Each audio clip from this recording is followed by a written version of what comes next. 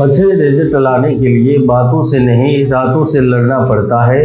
इतिहास लिखने के लिए कलम से नहीं हौसलों से जूझना पड़ता है। कर्क राशि वालों, पिछले 4 महीनों के दौरान राहु ग्रह जब शनि की कुंभ राशि में प्रवेश किए थे तब राहु भी परेशान हो गए थे।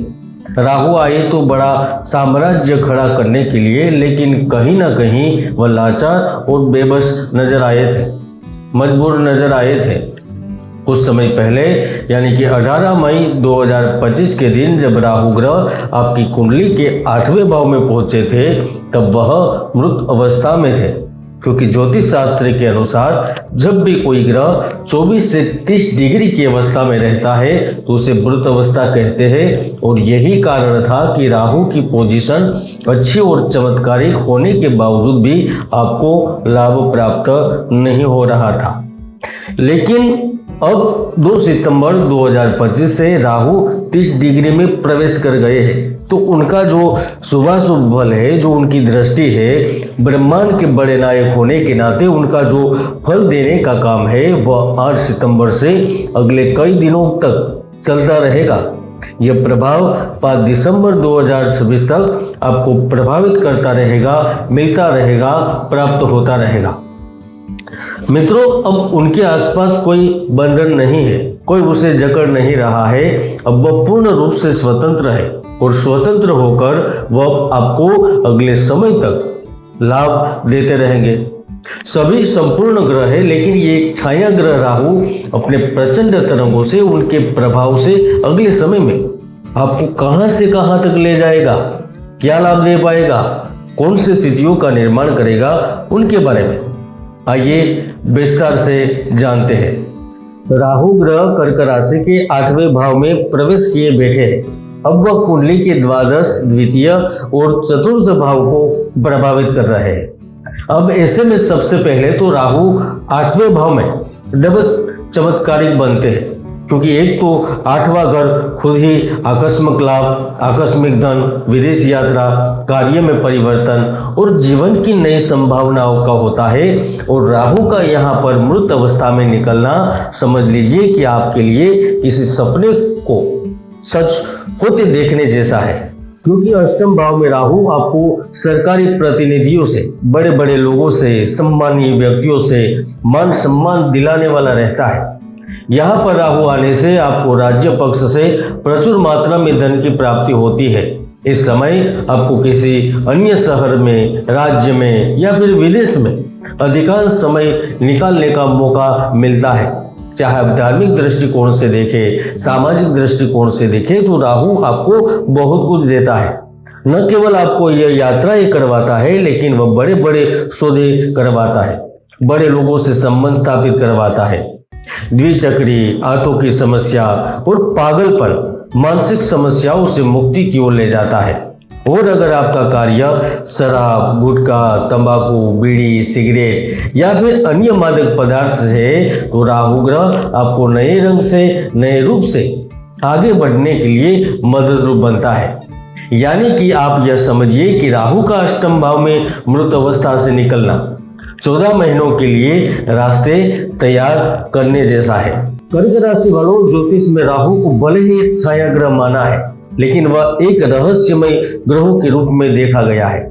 और राहु का सबसे ज्यादा प्रभाव कूटनीति, राजनीति के क्षेत्र में पाया गया है। ऐसे में राहु की दृष्टि गोचर पंचम भाव को प्रभावित करे तो राहु यहाँ पर रातों रात निर्णय में बदलाव की क्षमता रखता है। वह आपको जमीन से लेकर सितारों तक पहुंचाता है।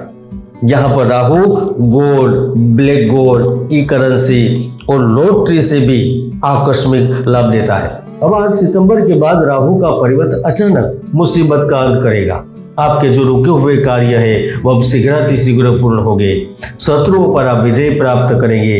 आपकी जो मनोकामनाएं हैं वह पूर्ण करेंगे। इसके साथ साथ राहु 12वें भाव में मोक्ष और धर्म कार्यों की ओर भी ले जाता है। आप धर्म के लिए, अपने समाज के लिए, अपने गांव के लिए, अपने शहर के लिए, अपने देश के लिए कुछ कर गुजरने का सपना रखते हैं और राहु आपको इतना शक्तिशाली बना देता है कि आप उस सपनों को साकार कर पाते हैं।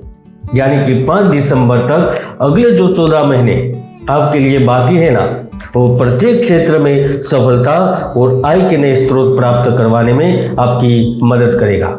राहु का सप्तम दृष्टि गोचर आपके द्वितीय भाव पर प्रभावित होगा।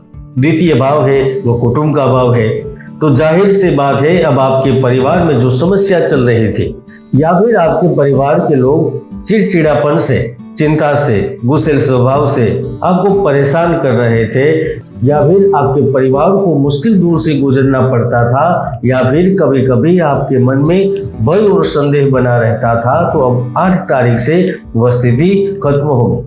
साझेदारी अथवा तो पार्टनरशिप में धोखा मिलने की संभावनाएं पूर्ण रूप से खत्म होगी। अब आपका व्यर्थ भ्रमण नहीं होगा। जमीन जायदाद एवं प्रॉपर्टी के कारण कोर्ट कचहरी की भागदौड़ की पीड़ा से मुक्ति प्राप्त होगी और यह जो राहु का परिवर्तन आ रहा है वह आपको एक बड़ी यानी कि लंबी यात्रा पर ले जा सकता है, जहां पर आप सुख के साथ बहुत कुछ प्राप्त करेंगे। कर्क राशि वालों, राहु ही एकमात्र ऐसा ग्रह है जिसकी जीवन में कल्पना करना भी मुश्किल होता है और ऊपर से अगर वह राशि कुंडली में, लग्न कुंडली में पंचम, सप्तम और नवम भाव में है तो वह सकारात्मक प्रभाव देने के लिए बाधित हो जाते हैं। ऐसे में अगले 14 महीने राहु आपको पत्थर से हीरे की कनी बना देगा। अब चतुर्थ भाव सुख का है तो धीरे धीरे आपकी संपत्ति इकट्ठी होती जाएगी। अब धनवान वो बनाएंगे जिनको बैंक से लोन लेकर महंगी गाड़ियां, मकान, ऑफिस या कारखाना बनाना है वह बना लेंगे। जो लोग दिवालिया होने की कगार पर आ गए हैं वह भी राहु के सुप्रभाव से शक्तिशाली होकर उनसे बच जाएंगे। माता की संपत्ति के माध्यम से धन प्राप्त होगा या फिर माता के नाम ली गई प्रॉपर्टी या उनके नाम से चल रहा कारोबार एकदम से चल पड़ता है।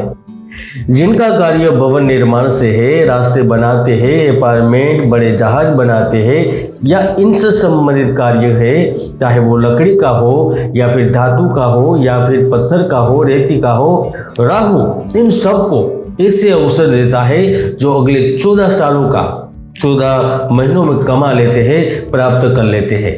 यानी कि राहु यहाँ आपके लिए कष्टकारी नहीं लेकिन चमत्कारिक प्रभाव लेकर आ रहे हैं। कर्क राशि वालों, मनुष्य अपने अपने भाग्य व कर्म से जीवन यापन करता है। पूर्व जन्म के प्रारब्ध का फल भी मिलता है तो कभी कभी वर्तमान कर्मों का भी फल मनुष्य को भोगना पड़ता है। और वैसे भी ज्योतिष में कुंडली के कई ऐसे महायोग होते हैं जो व्यक्तियों को सफलता के शिखर तक पहुंचा देते हैं, तो कुंडली के कई दुर्योग भी होते हैं जो व्यक्ति की भरपूर मेहनत को व्यर्थ कर देते हैं। इसलिए कुंडली विश्लेषण करें और कुंडली में राहु की स्थिति जाने। अगर आप आने वाले 14 महीनों में कुछ उपाय करके लाभ प्राप्त करना चाहते हैं तो आप नोट कर सकते हैं। ओम ब्राह्म ब्रीम ब्रौम सह राहवे नमः। रोज सुबह 108 बार इस मंत्र का जप करें।